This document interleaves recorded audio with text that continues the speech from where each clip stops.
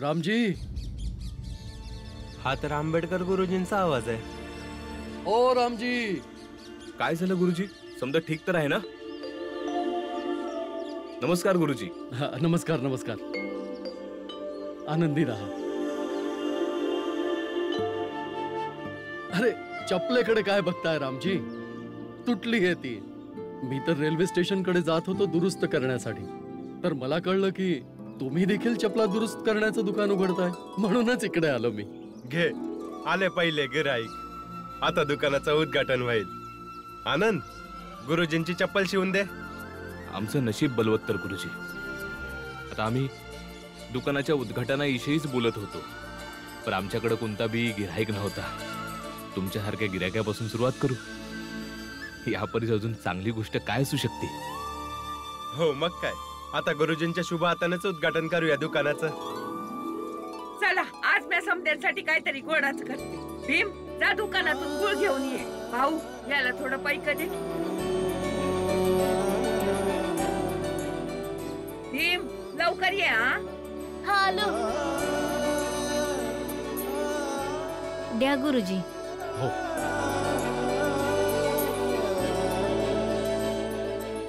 चला. बाळा, तू एक काम कर बाळा, दुकानासाठी पाणी घेऊन जा. आणि राणी, बाळा तू स्वयंपाकघरात जाऊन गोडाची तयारी कर. मी आलेच बघ. ठीक आहे. चल.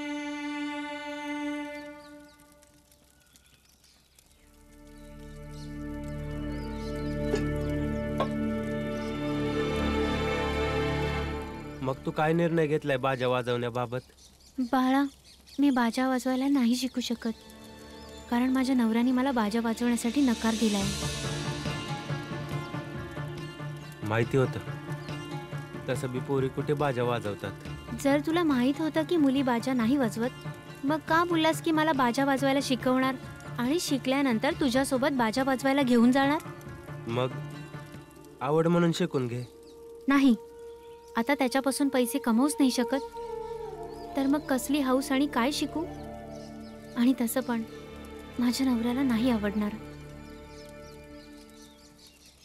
माहिती होतं, तुला भले किती बी चांगलं बाजा वाजवायला येऊ दे, पर तुला कोणी बी काम नाही देणार. मी यासाठी तयार झालो होतो, कारण मी थोडासा लालची झालो होतो. लालची या गोष्टीचा की या कारणाने तरी तू मला भेटशील, माझ्याशी बोलशील, माझ्या बरोबर वेळ घालवशील.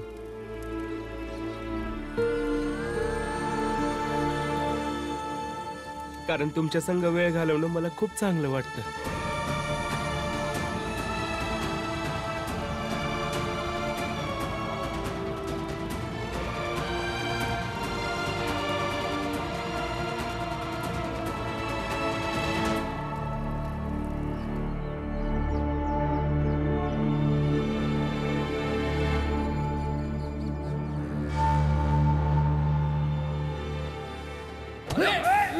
ओरडू नको. छोटा भाऊ हायस म्हणून 4 दिवसाची मुदत देतो. या जमिनीचे कागदपत्र येऊन मला द्यायचे आणि जेवढं पैक ठरलंय तेवढं येऊन घेऊन जायचं. मी आपली जमीन दादासनी कशी काय देऊ? नाही, काय बी झालं ना, म्या नाही देणार. मग म्या मेलो तरी चालल. अरे त्याला ऐकूनच तर मी माझ्या पोरीचं लगीन करणार आहे. मंगेश, महाराज, सकाळी सकाळी एवढ्या चिंतेत का दिसतोस? महाराज, तुम्ही सकाळी सकाळी माझ्या घरामध्ये आलात. विषयच असा आहे म्हणून स्वतः आलो, वाट पाहूच शकलो नाही. काय झालं महाराज, सांगा की. तुझ्याकडून तुझी जमीन कोणीही हिसकावून घेऊ शकत नाही. तुझं नशीब पालटलंय. ईश्वराची तुझ्यावर विशेष कृपा झालेली आहे. अहो महाराज, काय झालंय? आज सकाळी सकाळी देव साक्षात आमच्या स्वप्नात आले होते आणि आम्हाला सांगत होते की त्याला जाऊन सांग की त्याला एक कार्य करायचं आहे आणि त्यानंतर त्याच्या आयुष्यातलं सगळं दुःख आम्ही नष्ट करू. सांगा की महाराज काय करायचंय ते. तुम्ही जे सांगाल ना ते समजा करूया. ईश्वराची इच्छा आहे. कोणती महाराज कोणती? जो भूमीचा तुकडा तुझ्याकडे आहे ना त्याला देवाच्या स्वाधीन कर.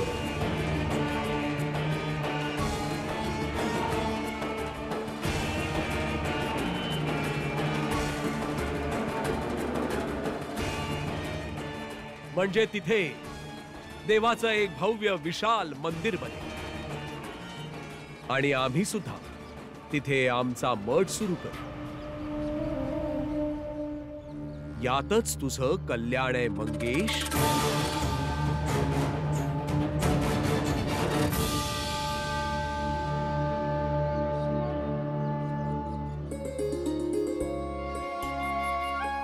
वा आनंद वा, तुझ्या हातात तर जादू आहे.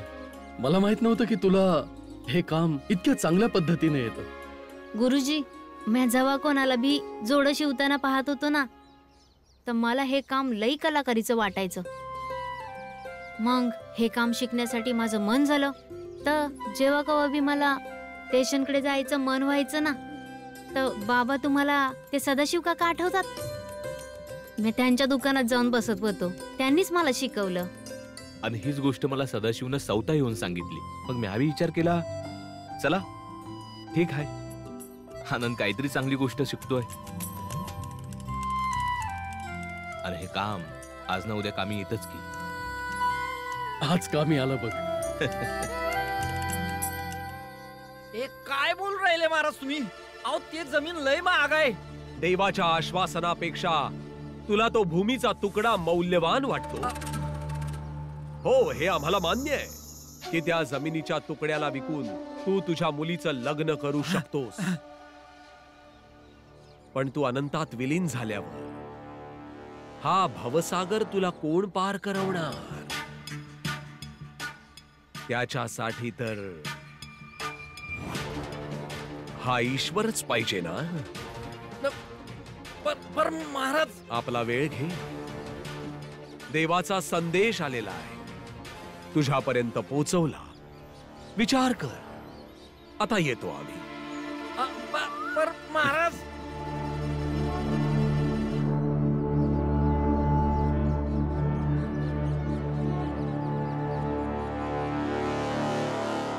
मंगेश, एवढा काय विचार करतोय? अरे तुझी जमीन देवाच्या नावावर करून टाक. पुण्य कमावशील, पुण्य. अहो पर शेठजी, चला पंडितजी.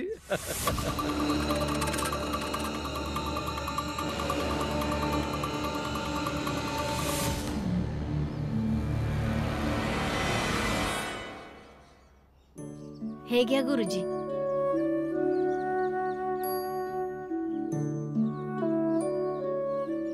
वा आनंद वा, तो चप्पल खरंच खूप सुंदर दुरुस्त केली आहे. मन प्रसन्न झालं.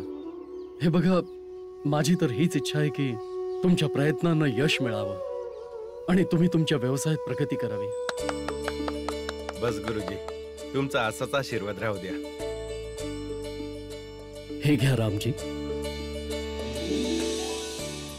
गुरुजी, तुमची चप्पल बनवण्यापासून आमच्या दुकानाची सुरुवात झाली आहे आणि आता आमच्या व्यवसायाची नक्कीच चांगली प्रगती होईल. सर्व काही चांगलं होईल रामजी.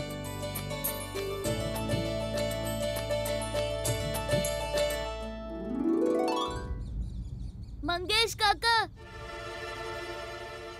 तिथं थांब. आता सकाळी सकाळी डोकं खराब करायला आलाय. चल निघ, पळ तिकडं. ऐका तरी, बोल काय आहे? तुम्ही नेहमी आमच्या संग शत्रुत्व निभावलं आहे, पण तरी बी मी तुम्हाला एक गोष्ट सांगतो बोल. की हे महाराज तुमची जमीन हडपण्याचं कट रचतायत. यांच्यापासून सावध राहा. आणि जर देव सर्व संपन्न आहे तर त्यासनी तुमची जमीन कशा पाहिजे काका. म्हणूनच मी सांगतो का महाराज सारख्या लोकांचं ढोंगी असण्याचं सोंग एवढं जास्त वाढत जातं का मग त्यासनी समजच पाहिजे असतं. आधी दुसऱ्याचं हिसकवत्यात आणि तरी बी मन भरलं नाही ना, तर आपल्या लोकांचं बी. म्हणून आता जो बी निर्णय घ्याल तो नीट विचार करून घ्या. आणि मी जे सांगितलं आहे त्यावर नक्की विचार करा आणि स्वतःच्या मनाला विचारून बघा. आणि फक्त यामुळे माझ्या बोलण्याकडे दुर्लक्ष करू नका का मी अस्पृश्य समाजाचा आहे. तुम्ही लोकांनी जरी मान्य नाही केलं तरी भीमराव समद्यांचा आहे. आणि जिथं न्याय आहे तिथं भीमराव आहे. नाहीतर सांगा, तुमची जमीन आहे, तुम्हाला ज्यांना द्यायचे त्यांना द्या, मला काय.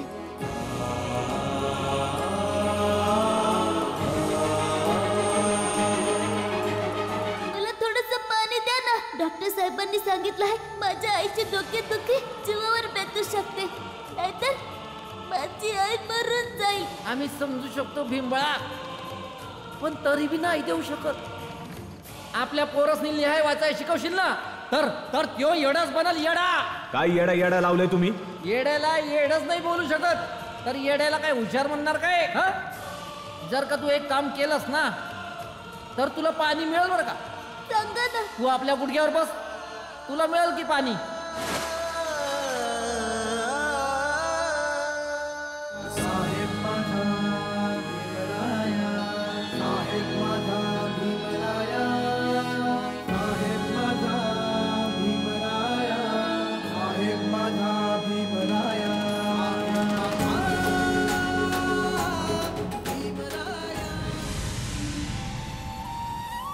नाही, मी महाराजांनी हे जमीन नाही देणार.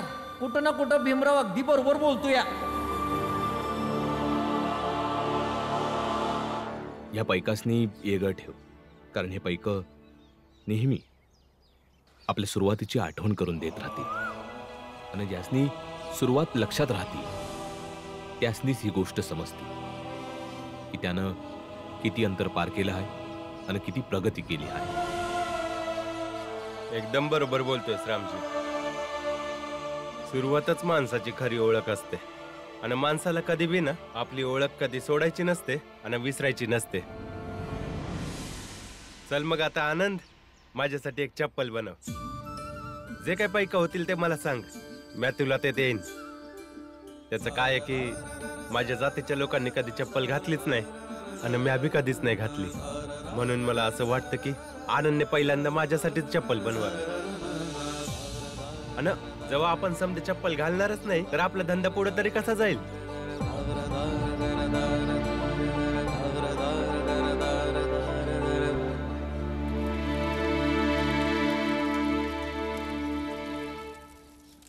गुरुजी,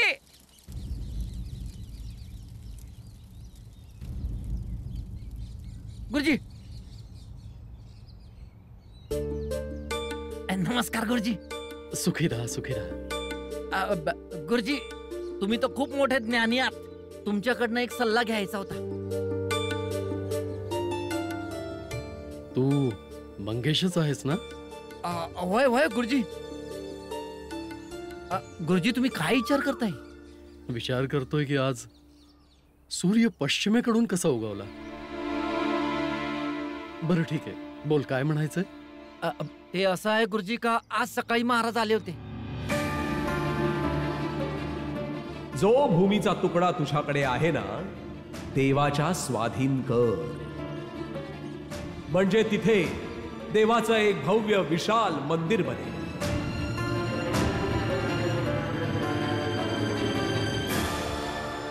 हे महाराज, तुमची जमीन हडपण्याचा कट रचतायत, यांच्यापासून वाचा. म्हणून आता जो बी निर्णय घ्याल तो नीट विचार करून घ्या. मला कुठं ना कुठं असं वाटतंय का भीमराव बरोबर बोलतोय. आणि आता तुम्हीच मार्गदर्शन करा. म्या काय करू गुरुजी? नाही नाही नाही नाही मंगेश, भीमराव चुकीचं बोलतोय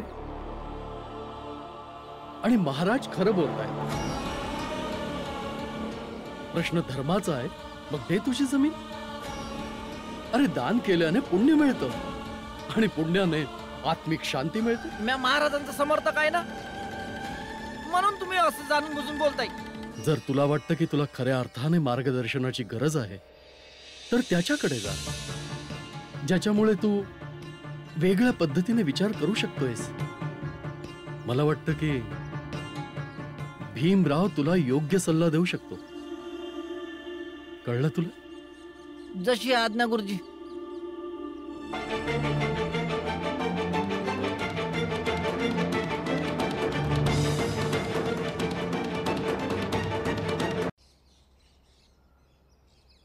भीमराव, ही एवढीशी गोष्ट नाहीये.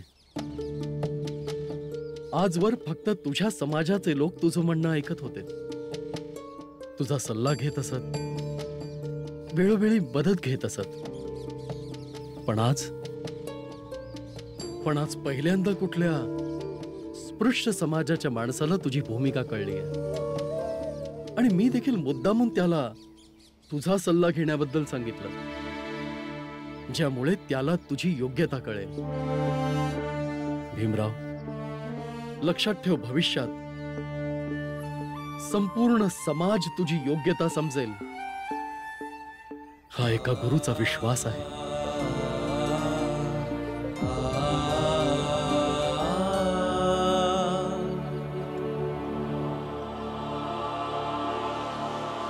कारण मी थोडंसं लालची झालो होतो. लालची या गोष्टीचा की या कारणाने तर तू मला भेटशील, माझ्याशी बोलशील, माझ्याबरोबर वेळ घालवशील. कारण तुमच्या संग वेळ घालवणं मला खूप चांगलं वाटतं.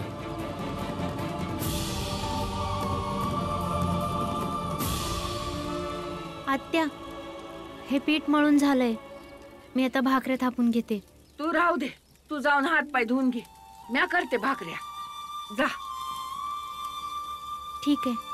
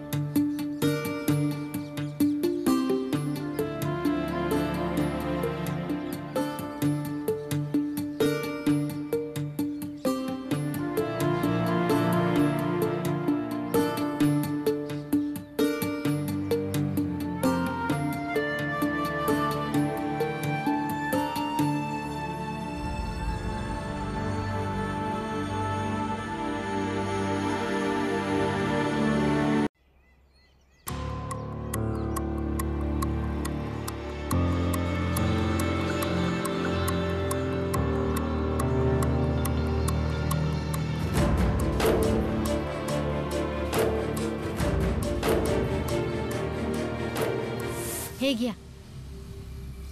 किती झाले? ये काना.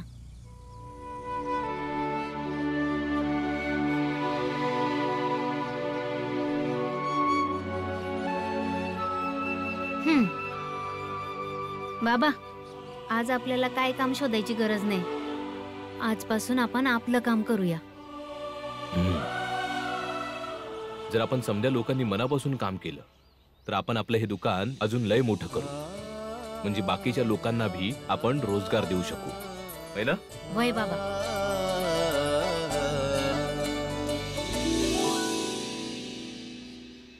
आनंद, माझ्यासोबत चल. आपण आजोबाच्या गावामध्ये जाऊ आणि चपला जोडे शिवण्यासाठी घेऊन येऊ. आणि ज्यांना जोडे चप्पल नवे हवे आहेत तशा आपण त्यांच्या मागण्या पूर्ण करू. होय, मी थैली आणतो. चल. ऐका, संदेश ते तिथे ठेवून दे. बाबा, पुरंजन काका, चायवाले काका आहेत ना, त्यांची जमीन महाराज हिसकवण्याचा प्रयत्न करतात. पण त्या जमिनीचा वाद तर त्याचा भाऊ महेश बरोबर आहे ना? हा, पण जेव्हा त्या महाराजने त्या जमिनीबद्दल ऐकलं तेव्हा ती हिसकवण्याचा कट रचायला लागले. मग तर महाराज त्या जमिनीला दान, भक्ती आणि श्रद्धेने जोडून त्या चहावाल्याकडून कशीही हडपतील. प्रयत्न तर करतील, पण म्या चायवाल्या काकासने सांगितलं आहे का श्रद्धा आणि भक्तीत आंधळ बनून तुम्ही ती जमीन महाराजला देऊ नका. तुला काय गरज होती त्याला काही सांगायची? त्यांची अडचण आहे, ते पाहतील. भीम, जमीन त्यांची, समस्या बी त्यांची. तो आपली जमीन भले विकू दे, कोणाला दान देऊ दे, नाहीतर जाळू दे, त्याचा आपल्याला काय ना तुला काय? विषय फक्त माझा आणि तुमचा नाही आहे. प्रश्न न्यायाचा आहे. पण न्यायाचं युद्ध आपल्या आणि दुसऱ्यांच्या सीमेच्या पलीकडे असायला पाहिजे. राष्ट्र संविधानाचा तूच शिल्पकार, समता आणि बंधुतेचा तूच सूत्रधार.